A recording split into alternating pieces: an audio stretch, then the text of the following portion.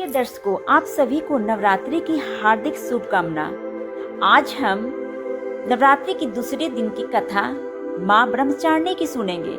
माँ दुर्गा की नवशक्ति का दूसरा स्वरूप ब्रह्मचारिणी का है। यहाँ ब्रह्मा का अर्थ तपस्या से है। माँ दुर्गा का यह स्वरूप भक्तों और सिद्धों को अनंत फल देने वाला है।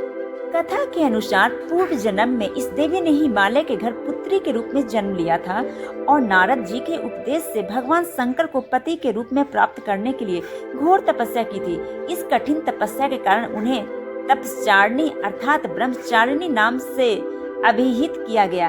1000 वर्ष तक इन्होंने केवल फल फूल खाकर बिताए और 100 वर्षों तक केवल जमीन पर रहकर शाक पे निर्वाह किया।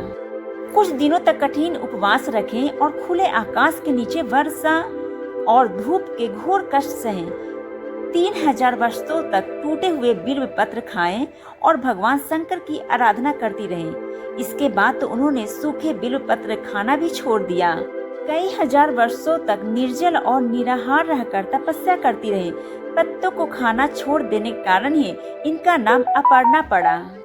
इन तपस्या के कारण देवी का शरीर एकदम क्षीण हो गया। देवता, ऋषि, सिद्धिगण, मुनि सभी ने ब्रह्मचारिणी की तपस्या को अभूतपूर्व पुण्यकृत बताया, सराहना की और कहा, हे देवी, आज तक किसी ने भी इस तरह की कठोर तपस्या नहीं की है। यही तुम्ही से संभव थी। तुम्हारी मनोकामना परिपूर्ण होगी और भगवान चंद्रमौली शिव जी तुम्हें पति के रूप में प्राप्त होंगे। अब तपस्या छोड़कर घर लौट जाओ।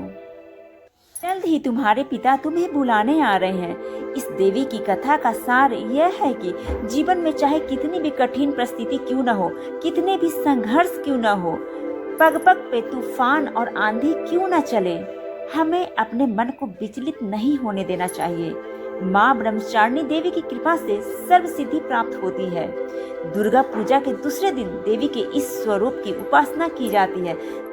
दर्शकों, कथा सुनने के बाद कुछ कमेंट अवश्य करें। कमेंट बॉक्स में जय माता दी लिखें और वीडियो को कृपया लाइक कर दें।